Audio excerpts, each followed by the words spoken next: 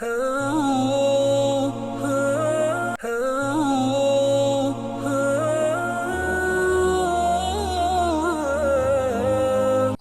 அலைக்கும் வரஹ்மத்துல்லாஹி வபரகாத்துஹு.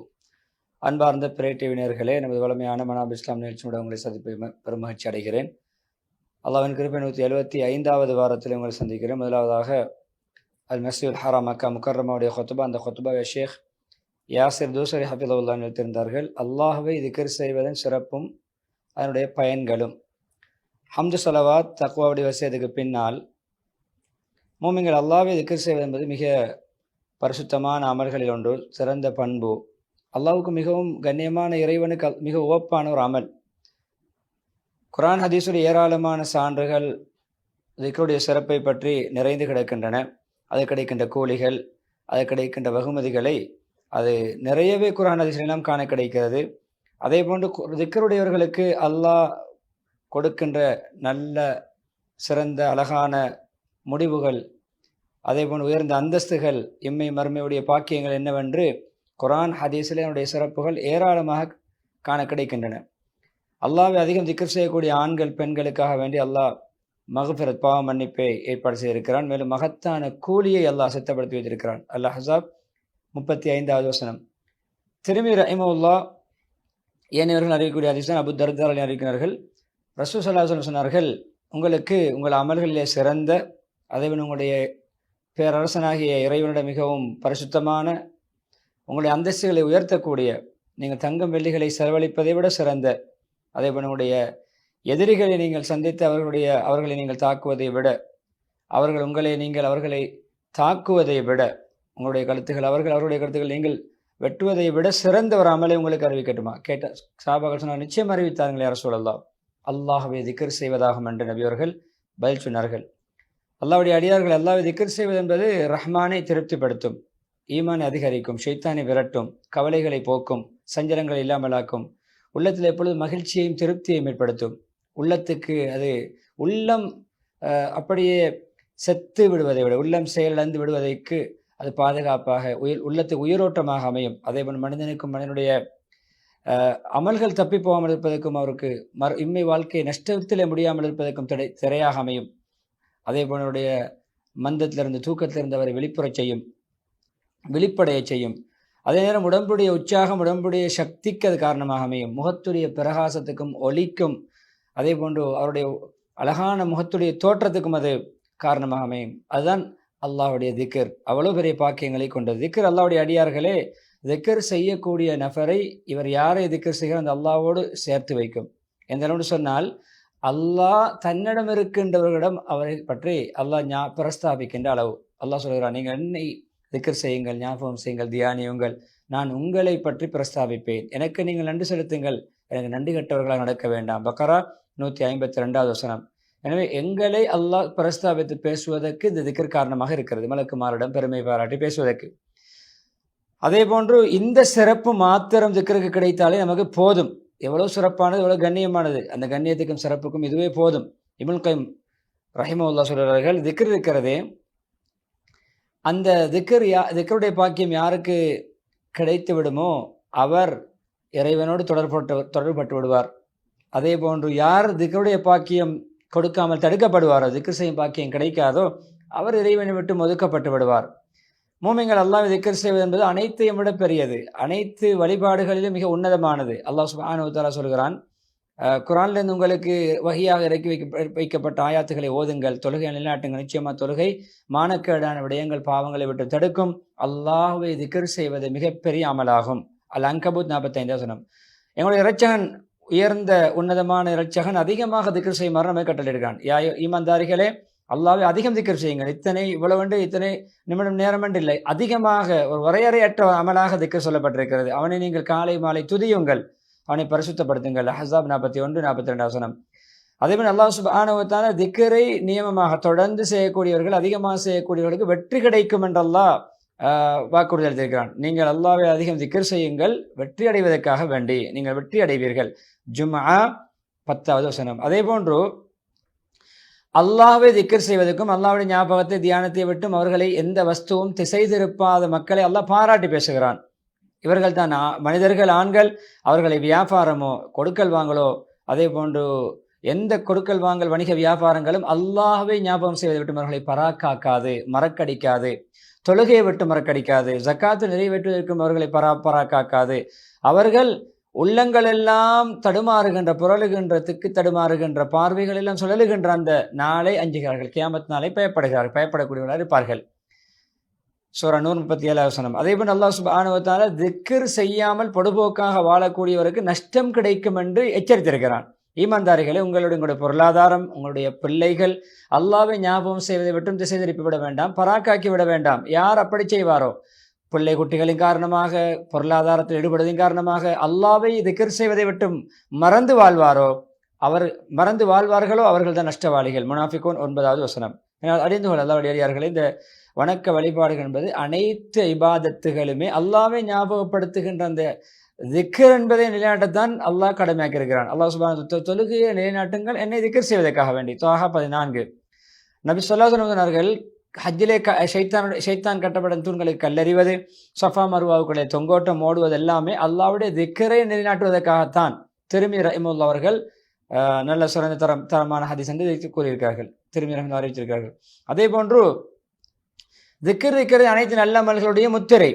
அல்லாஹ் சுப்ஹானஹு வ தஆலா தொழுகையை பொதுவாக திக்ரை கொண்டு தான் முடிக்கிறான். நீங்கள் தொழுது முடித்து விட்டால் அல்லாஹ் நின்ற வண்ணம், அமர்ந்த வண்ணம், சாய்ந்த வண்ணம் திக்ர் செய்யுங்கள். சூரா நிசா 103 அதே போன்று ஜுமாவுடைய தொழுகையை கூட தொழுகைக்கு பின்னால் திக்ர் செய்யுமாறு அல்லாஹ் குறிப்பிட்டு முடித்திருக்கிறான்.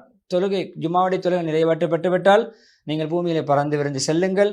அல்லாஹ்வுடைய அருட்கொடைகளை, நீங்களுடைய வருமானங்களை தேடுங்கள், அல்லாஹ்வுடைய ரிஸ்குகளை தேடுங்கள். அல்லாஹ் அதிகம் திக்ர் செய்யுங்கள், நீங்கள் வெற்றி அடைவீர்கள். சூரா ஜுமா 10 அதே போன்று நோன்பையும் திக்ரை கொண்டு அல்லாஹ் முடித்திருக்கிறான். உங்களுடைய காலம், ரமலானுடைய காலத்தை பரிபூர்ணமாக நோன்பு நோற்று பூர்த்தி செய்து அல்லாஹ் உங்களுக்கு நேர்வழி காட்டியமைக்காக பெருநாளுடைய தினங்களில் அல்லாஹ்வை திக்ர் செய்வதற்கு பெருமைப்படுத்தி தக்பீர் சொல்வதற்கு அல்லாஹ் ஆக்கியிருக்கிறான். நீங்கள் தக்பீர் சொல்ல வேண்டும், நீங்கள் நன்றி உள்ளவர்களாக மாறுவதற்காக வேண்டி. 185 பக்ரா. அதே போன்று ஹஜ்ஜை முடித்திருக்கிற திக்ரை கொண்டு நீங்கள் உங்களுடைய ஹஜ்ஜுடைய கிரியைகளை நீங்கள் பரிபூர்ணமாக நிறைவேற்றிவிட்டால் அல்லாஹ்வை நீங்கள் பிரஸ்தாபிக்க வேண்டும். எப்படி உங்களுடைய பெற்றோர்களை பற்றி நீங்கள் பேசுவீர்களோ, ஞாபகப்படுத்துவீர்களோ, அதைவிட ஒரு படி மேலே, அதைவிட மிக அதிகமாக, மிக கடுமையாக, அதிகமாக நீங்கள் அல்லாஹ்வை திக்ர் செய்ய வேண்டும். சூரா பக்கரா 200 எனவே யாருடைய இறுதி வார்த்தை லா இலாஹா இல்லல்லாஹ் என்ற திக்ராக அமையுமோ சொர்க்கம் அடைந்து விடுவார் என்பது ஹதீஸ். அது முஹம்மது ஸல்லல்லாஹு அலைஹி வஸல்லம் உறுதியான ஹதீஸிலே பதிவாகிறது சொல்லி முதலாவது ஹுத்பாவை பரக்கத்துக்கான துஆ செய்து இஸ்திக்ஃபார் தூண்டி முடித்துவிட்டு இரண்டாவது ஹுத்பாவை ஹம்து ஸலவாத் தக்வாவுடைய வசியத்தை கொண்டு துவங்கி திக்ருக்கு பல பிரயோசனங்களும் நன்மைகளும் பாக்கியங்களும் இருக்கின்றன. பெரும் மட்டிலடங்காத உன்னதமான பாக்கியங்கள் திக்ருக்கு பிரதிபலங்கள் இருக்கின்றன. அதை சிந்தித்து நாங்கள் அதை விளங்க முடியாது. அதனுடைய பாக்கியங்களை புத்தியால் உணர முடியாது. அதை நாங்கள் எப்பொழுதுமே அது எந்த வானம் கீழ்வான் தொடும் அளவுக்கு விசாலமான பாக்கியங்களை எல்லாம் வைத்திருக்கிறான். அதே போன்று வெற்றிட்டு முடிக்க முடியாது, வரையறுக்க முடியாது, அதை பரிபூர்ணமாக சொல்லி முடிக்கவும் முடியாது, அதை நாங்கள் எண்ணி முடிக்கவும் முடியாது. அந்த அளவுக்கு திக்ருக்கு பல பயன்களை, பிரயோசனங்கள் எல்லாம் வைத்திருக்கிறான். திக்ர் இருக்கிறதே அது இழந்த அருட்கொடைகள் நமக்கு மீட்டி தரும். அதே போன்று இருக்கின்ற அருட்கொடைகளை பாதுகாக்கும். திக்ருடைய பயன்களில் உள்ளதுதான் முதலாவது உள்ளத்துக்கு அது உயிரோட்டும். அது எப்பொழுதுமே உள்ளத்துக்கு ஒரு போஷாக் அளிக்கக்கூடிய, ஒரு ஊட்டச்சத்து ஊட்டக்கூடியதாக இருக்கும். யார் திக்ரை விட்டு ஒதுங்கி நடப்பாரோ அவர் கைவிடப்பட்டு விடுவார், அவர் நஷ்டவாளியாக அல்லாஹ்வுடைய கோபத்துக்குரியவராக மாறிவிடுவார். எனவே ஒரு அடியான் திக்ர் செய்யும் பாக்கியத்தை இழப்பான் என்றால் அவன் உயிர் இருந்தாலும் ஒரு செத்த உடல் போன்று, பிணம் போன்று மாறிவிடுவான். அது இப்போ நெருப்புக்கு எரிந்து அப்படியே ஒரு இடத்துல ஸ்தம்பிதப்பட்ட ஒரு சாம்பல் போன்றாகி விடுவான். அவனுடைய கட்டிடம் ஒரு பாலடைந்த கட்டிடம் போன்று மாறிவிடும். அவனுடைய உள்ளமெல்லாம் பாலடைந்து விடும். அவன் எப்பொழுதுமே தன்னுடைய இலக்குகளை நோக்கி, குறிக்கோள்களை நோக்கி செல்வது காணல் நீர் போன்றுதான் இருக்கும். போய் பார்ப்பான், அங்கு நீர் இருக்காது, அது காணல் நீர். புகாரி, முஸ்லிம் ரஹிமஹுல்லாஹ் பதிவு செய்யக்கூடிய ஹதீஸ். அபு மூசா ரலியல்லாஹு அறிவிக்கிறார்கள், ரசூலுல்லாஹி அவர்கள் தன்னுடைய இரட்சகனை திக்ர் செய்வதற்கும் தன்னுடைய இரட்சகனை திக்ர் செய்யாதவருக்குமான உதாரணம், திக்ர் செய்பவர் உயிருள்ளவருக்கு ஒப்பானவர், திக்ர் இல்லாதவர் செத்த பிணத்துக்கு ஒப்பானவர். அப்ப திக்ர் உள்ளவருடைய உதாரணம் உயிருள்ளவர் போன்று, திக்ரற்றவருடைய உதாரணம் செத்தவர் போன்று, மரணித்தவர் போன்று. இரண்டாவது அவருடைய பலாபலன்கள் உள்ளதுதான் எப்பொழுதுமே திக்ர் செய்யக்கூடிய நபரை இறைவனின் பக்கம் நெருக்கும். அவர் எப்பொழுதுமே இறை நெருக்கத்தோடு தொடர்புடன் இருப்பார். அவருக்கு விரக்தி ஏற்படாது. அவருக்கு ஒரு அதாவது வாழ்க்கையிலே ஒரு எப்பொழுதுமே வாழ்க்கை வெறுத்து போகாது. அல்லாஹ்வுடைய நெருக்கத்தில் இருப்பார். அல்லாஹ்வை அடியான் திக்ர் செய்யும் அளவுக்கு அல்லாஹ்வின் பக்கம் நெருங்குவார். அதே போன்று திக்ர் அடியானுக்கு அல்லாஹ் பார்த்து கொண்டிருக்கிறார் என்ற சிந்தனை உண்டு பண்ணும். அதுவும் அடுத்த பிரயோசனமா இருக்கிறது. அந்த அளவு அவர் அந்த சிந்தனை ஏற்பட இஹ்சானுடைய அந்த இஹ்சான் சொல்லக்கூடிய நீங்கள் அல்லாஹ்வை பார்ப்பது போன்று எப்பொழுதும் வாழ வேண்டும், வணங்க வேண்டும். நீங்கள் அல்லாஹ்வை பார்க்காவிட்டாலும் அல்லாஹ் உங்களை பார்க்கிறான் என்ற சிந்தனையோடு வாழ வேண்டும் என்ற அந்த ஸ்தானத்தை அடைகிறார். அதே போன்று அடுத்த சிறப்பாக அங்கே இரண்டாவதாக சில விடயங்களை சேர்த்து இரண்டாவது சொல்லிவிடு மூன்றாவதாக தலைப்பிலே திக்ர் என்பது உள்ளத்துக்கு நிம்மதி அளிக்கக்கூடியது. அதே போன்று மறைமுகமான விடயங்களை நன்கு அறிந்த இறைவனோடு மிக உறுதியான தொடர்பு ஏற்படுத்தக்கூடியது. எனவே அறிந்து கொள்ளுங்கள், திக்ர் மூலம் உள்ளங்கள் சாந்தி அடைகின்றன. அர்ராத் 28வது வசனம். அதே போல அடுத்த சிறப்பாக பலாபலனாக நமக்கு சக்கீனத் என்ற மன அமைதி இறங்குவதற்கும், ரஹ்மத் நம்மை மூடிக்கொள்வதற்கும், மலக்குமார்கள் நம்மை சூழ சமூகம் அளிப்பதற்கும் திக்ர் ஒரு காரணமாக அமைகிறது. திக்ருடைய சபைகள் மலக்குமார், கண்ணியமான மலக்குமார்கள் சூழ்ந்திருக்கும் சபை, நோக்கங்களை இலக்குகளை நமக்கு பெற்றுத்தரும் சபை. முஸ்லிம் ரஹிமஹுல்லாஹ் அவர்களுடைய சஹீஹான கிரந்தத்திலே பதிவு செய்த ஹதீஸ், Abu Hurairah Abu Saeed Khudri ரலியல்லாஹு அன்ஹுமா அறிவிக்கிறார்கள், நபி ஸல்லல்லாஹு அலைஹி வஸல்லம் சொன்னார்கள், ஒரு கூட்டம் அல்லாஹ்வை திக்ர் செய்யும் நோக்கத்திலே அமர்ந்து திக்ர் செய்து கொண்டிருக்கும் பொழுது மலக்குமார்கள் அவர்களை சொல்து கொள்கிறார்கள். அவர்களை ரஹ்மத் மூடிக்கொள்கிறது. அவர்கள் மீது சக்கீனத் என்ற மன அமைதி நிம்மதி இறங்குகிறது. அல்லாஹ் தன்னிடம் இருக்கின்ற வானவர்களிடம் மலக்குமாரிடம் உயர்ந்த கண்ணியமான அந்த மலக்குமாரிடம் இவரை பற்றி புகழ்ந்து பாராட்டி பேசுவான். இவரை அல்லாஹ் ஞாபகப்படுத்துவான். அடுத்த பயனாக அதே தோரணையில் வந்த சிறப்பு தான் மலக்குமாரிடம் பெருமை பேசுவான். முஸ்லிம் ரஹிமஹுல்லாஹ் பதிவு செய்யக்கூடிய ஹதீஸ், முஆவியா அறிவிக்கிறார்கள், ரசூல் ஸல்லல்லாஹு அலைஹி வஸல்லம் சொன்னார்கள், நபி ஸல்லல்லாஹு அலைஹி வஸல்லம் அவர்கள் சொன்னார்கள் அல்ல, நபி அவர்களுடைய நடந்த நிகழ்வு. நபி ஸல்லல்லாஹு அலைஹி வஸல்லம் அவர்கள் ஒரு சஃபையை கடந்து சஹாபாக்களுடைய ஒரு சஃபை, இந்த இடத்துல நீங்கள் உட்கார காரணம் என்ன என்று கேட்டார்கள். எதற்காக உட்கார்ந்திருக்கிறீர்கள்? சொன்னாங்க, நாங்கள் அல்லாஹ்வை திக்ர் செய்கிறோம், அல்லாஹ்வை புகழ்ந்து பாராட்டுகிறோம், எங்களுக்கு இஸ்லாத்துக்கு அல்லாஹ் வழிகாட்டியமைக்காக அல்லாஹ் நமக்கு வழங்கிய உபகாரத்தை நினைத்து அல்லாஹ்வை நாங்கள் துதித்துக் கொண்டிருக்கிறோம், புகழ்ந்து பாராட்டி அல்லாஹ்வை திக்ர் செய்து கொண்டிருக்கிறோம். யா ரசூலல்லாஹ். நபி ஸல்லல்லாஹு அலைஹி கேட்டார்கள், உங்களை இந்த இடத்தில் அமர வைத்தது இதுதானா? இதுதான் உங்களுடைய காரணமா? வேறு காரணம் இல்லையா? அல்லாஹ்வை திக்ர் செய்யவும், அல்லாஹ்வை புகழவும், பாராட்டவும், துதிக்கவும் அமர்ந்திருக்கிறீர்கள். சொன்னாங்க, யா ரசூலல்லாஹ், இந்த நோக்கத்தில் தான் உட்கார்ந்திருக்கிறோம், வேறு எந்த நோக்கமும் கிடையாது. சொன்ன நபி ஸல்லல்லாஹு அலைஹி வஸல்லம் அவர்கள், உங்களிடம் மீண்டும் சத்தியம் செய்து அந்த விடயத்தை மீண்டும் கேட்டது உங்களை சந்தேகப்பட்டல்ல, உங்களுக்கு அல்லாஹ் தருகின்ற பெரும் சன்மானத்தை உங்களுக்கு விவரிக்க கொஞ்ச நேரத்தில் உடனே ஜிப்ரீல் அலைஹிஸ்ஸலாம் சற்று வந்தார்கள். வந்து எனக்கு சொல்லிவிட்டு போகிறார்கள், இந்த கூட்டத்தாரை, இந்த சஃபை, அல்லாஹ்வை திக்ர் செய்வதை கொண்டு கூடியிருக்கின்ற இந்த சஃபையோரை அல்லாஹ் மலக்குமாரிடம் பெருமையாக பேசுகிறான், நம்மை காட்டி, இந்த சபையில் இருப்பவர்களை காட்டி பெருமை பேசுகிறான் என்று ஜிப்ரீல் அலைஹிஸ்ஸலாம் சற்று முன்னர் சொல்லிவிட்டு சென்றார்கள் என்ற நன்மாராயத்தை சொல்வதற்கு தான் உங்களை மீண்டும் நான் இந்த விடயத்தை உறுதிப்படுத்தி கொண்டே என்றார்கள். அடுத்தது இதுக்குடைய பிரயோசனங்கள். அடுத்த விடயமாக அல்லாஹ்வுடைய அடியார்களே, பொதுவாக நாவு திக்ரில் ஈடுபடும் பொழுது பிறரை பற்றி பேசுவது, புறம் பேசுவது, கோல் மூட்டுவதை விட்டும் நாவுக்கு ஓய்வு திக்ரில் ஈடுபடுவதனால். அதே போன்று கெட்ட வார்த்தைகள், தூசண வார்த்தைகள், ஆபாச வார்த்தைகள், தீய வார்த்தைகள், பாவமான பேச்சுக்களுக்கு நாவுக்கு இடம் கிடைக்காது. திக்ரில் ஈடுபடுவதன் மூலம், நல்ல பேச்சுக்களை பேசுவதன் மூலம், அல்லாஹ்வை துதிப்பதன் மூலம் கெட்ட பேச்சுக்கு இடம் கிடையாது. அது ஒரு பிரயோசனம். ஏன்னா யாருடைய திக்ருக்கு தன்னுடைய நாவை பழக்கி கொண்டாரோ அவருடைய நாவு வீணான பாவமான பேச்சுக்களை விட்டும் தன்னுடைய நாவை அவர் பேணிக்கொள்வார், பாதுகாத்துக் கொள்வார். அடுத்த பிரயோசனமாக திக்ர் என்பது பாவங்களை மன்னிக்கக்கூடியது, பாவ மன்னிப்பை பெற்றுத்தரக்கூடியது.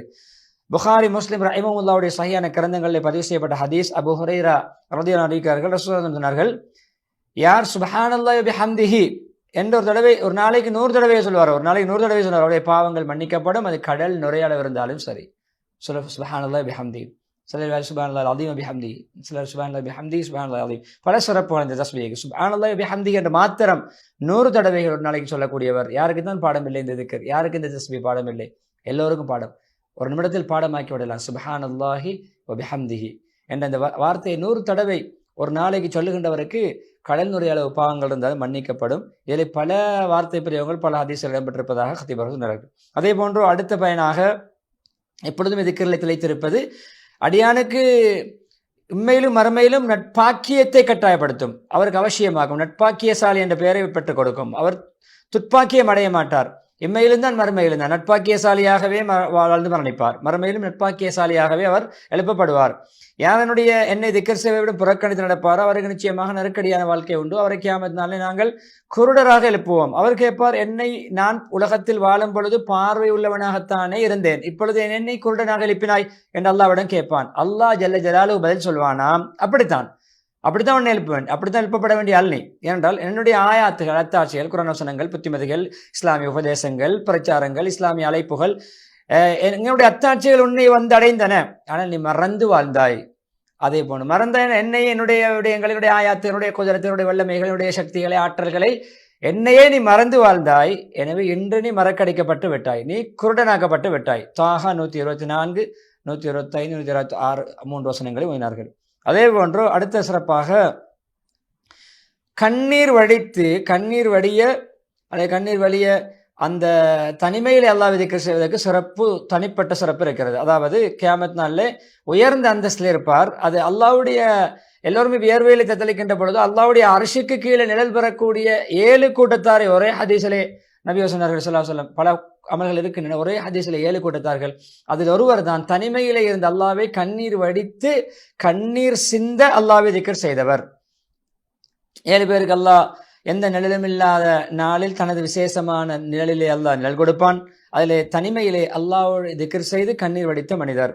எனவே புத்திசாலி அல்லாஹ்வுடைய அடியார்களே, எப்பொழுதுமே இறுதியாக அந்த ஹதீஸோடு முடிக்கிறார்கள், எப்பொழுதுமே அவர் தன்னைத்தானே சுய விசாரணை செய்து தன்னை பாவங்களை விட்டு கட்டுப்படுத்தி மறுமைக்காக வேண்டி முன்னாயத்தம் செய்யக்கூடியவர் தான் புத்திசாலி என்ற ஹதீஸை சிந்தனையாக செய்து சொல்லி, மடையர் என்றால் தன்னுடைய மனோயிச்சைப்படி வாழக்கூடியவர். அல்லாஹ்வின் விடயத்திலே அல்லாஹ் மன்னிப்பான், சொர்க்கத்தை தருவான் மேலெண்ணங்களை வளர்த்து கொண்டு பகல் கோட்டை கட்டிக்கொண்டு பாவகாரியங்களில் அல்லாஹ்வை மறந்து வாழக்கூடியவர் தான் புத்தி அற்றவர், உதவாக்கரை, மடையர் என்ற அந்த ஹதீஸை சிந்தனையாக முன்வைத்து சலவாத்து சொல்கின்ற தூண்டுகின்ற ஆயத்தை ஓதி சலவாத்து சொல்லி நீண்ட துஆ பிரார்த்தனையோடு ஹத்தீப் யாசிர் தூசரி ஹஃபிதுல்லாஹ் அவர்கள் தன்னுடைய ஹுத்பாவுக்கு முற்றுப்புள்ளி வைக்கிறார்கள். விளம்பர இடைவேளை தொடர்ந்து மதீனா முனவ்வராவுடைய ஹுத்பாவை இன்ஷா அல்லாஹ் நாம் பார்க்கலாம்.